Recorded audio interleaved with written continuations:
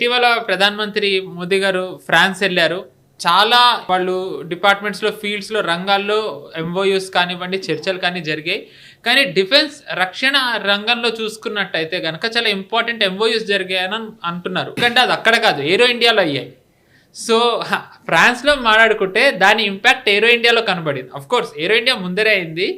But దీన్ని ఎలా చూస్తారు సార్ ఈ ఈక్వేషన్ని మీరు? అమెరికాకు వెళ్లే ముందర ప్రధాని మోదీ ముందర ఫ్రాన్స్కి వెళ్ళారు. ఫ్రాన్స్లో ఆర్టిఫిషియల్ ఇంటెలిజెన్స్కి సంబంధించి ఒక కాన్ఫరెన్స్ అక్కడ నిర్వహించారు. దాంట్లో హోస్ట్గా వెళ్ళారు ఆయన. అంటే ఫ్రాన్స్ భారతదేశం ఇద్దరు కలిసి ఈ యొక్క కాన్ఫరెన్స్ని వాళ్ళు కండక్ట్ చేశారు. 100 పైబడి దేశాలని వాళ్ళు అక్కడికి పిలిపించారు. దాంట్లో చర్చలు కోర్స్ సివిలియన్ యాంగిల్లో కూడా చాలా చర్చలు జరిగినాయి. ఆర్టిఫిషియల్ ఇంటెలిజెన్స్ అనేది ప్రపంచవ్యాప్తంగా ఇప్పుడు అవసరం.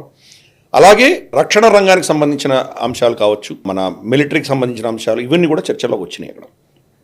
ఈవెన్ ఆర్టిఫిషియల్ ఇంటెలిజెన్స్లో కూడా మనకు డిఫెన్స్ రంగానికి సంబంధించినటువంటి అంశాలు మన ఫ్రాన్స్ భారతదేశం మళ్ళీ చర్చించుకున్నాయి. సరే, అక్కడ మనకు స్కార్పియన్ డీల్స్ కావచ్చు, మనకు రావాల్సినటువంటి టెక్నాలజీ అక్కడి నుంచి ఏమేమో మనం అనుకుంటున్నామో అవన్నీ కూడా ఇస్తామని చెప్పి వాళ్ళు అనడం.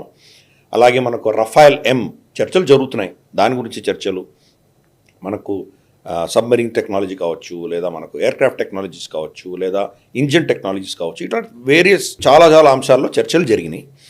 కోర్స్ ఇవన్నీ ఏంటంటే ఏదో ప్రధానమంత్రి ఆయన కూర్చోగానే సంతకాలు పెట్టేసుకోరు. అవన్నీ కూడా ఒకసారి వాళ్ళిద్దరూ ఇన్ ప్రిన్సిపల్గా ఒప్పుకున్నారంటే రెండు దేశాల యొక్క ఏవైతే మనకు కంపెనీలు ఉన్నాయో లేదా ప్రభుత్వ డిపార్ట్మెంట్స్ ఉన్నాయో అవి చర్చిస్తాయి. చాలా దీర్ఘంగా చర్చించిన తర్వాత ఫైనల్గా సంతకాలు వెళ్తాయి. మొత్తానికి వీళ్ళిద్దరూ కూడా కలిసి కోఆపరేట్ చేసుకోవడానికి ఒప్పుకున్నారు. కీలకమైన స్టేట్మెంట్ ఏం ఇచ్చారంటే స్ట్రాటజిక్ అటానమీ మెయింటైన్ చేసుకుందాము అని చెప్పి వాళ్ళు ఒక స్టేట్మెంట్ ఇచ్చారు. స్ట్రాటజిక్ అటానమీ అంటే ఏంటి? ఎవరి అధీనంలో లేకుండా, ఎవరి ఆధిపత్యము లేకుండా ఒక విధమైనటువంటి స్వతంత్ర ధోరణి ఉంచుకునే దిశగా మనం ప్రయత్నం చేద్దామని చెప్పారు. అంటే ఎవరి ఆధిపత్యం దీన్ని దూరంగా ఉండదలుచుకున్నారు వాళ్ళు? తప్పకుండా అది స్పష్టంగా అర్థమవుతుంది. అది కంపల్సరీగా అమెరికన్ హెజిమోనీ.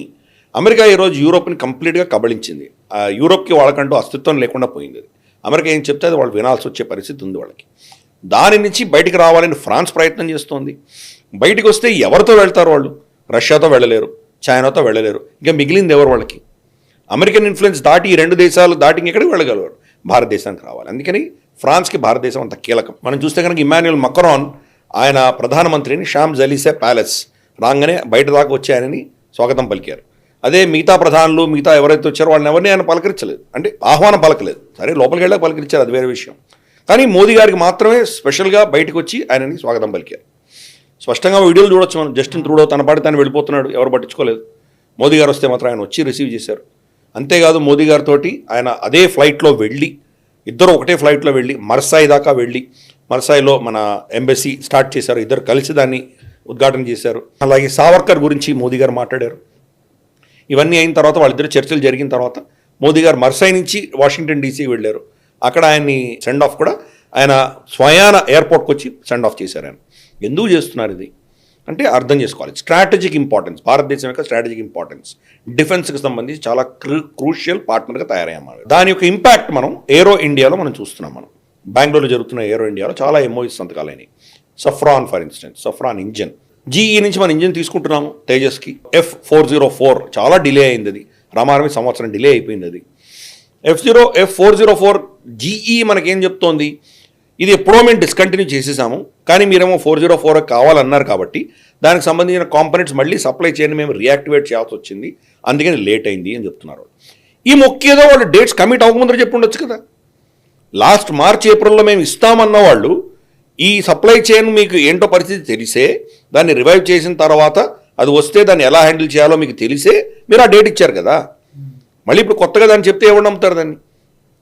అంటే ఎక్కడో అక్కడ ప్రభుత్వం, బైడెన్ ప్రభుత్వం ఏదో ఆట ఆడింది అని మనకు డౌట్ వస్తుంది. అలాగే మనం చూస్తే కనుక అపాచే హెలికాప్టర్స్ ఏవైతే ఉన్నాయో మనకు అటాక్ హెలికాప్టర్స్, వాటిని కూడా వాళ్ళు డిలే చేసేటువంటి ప్రయత్నం మనం బైడెన్ అడ్మినిస్ట్రేషన్ చేసిందని మనకు తెలుస్తుంది. ఏదో విధంగా భారతదేశాన్ని నొక్కి పెట్టాలి, ఏదో విధంగా వాళ్ళ యొక్క అజెండా హెజిమనీ నడిపించుకునే దిశగా వాళ్ళు ఏదో చేయాలని ప్రయత్నాలు చేశారు. దీనివల్ల ఏమైందంటే భారతదేశానికి అమెరికాకి ట్రస్ట్ డెఫిసిట్, నమ్మకం అనేది చాలా తక్కువగా ఉన్నది మన ఇద్దరి మధ్యలో.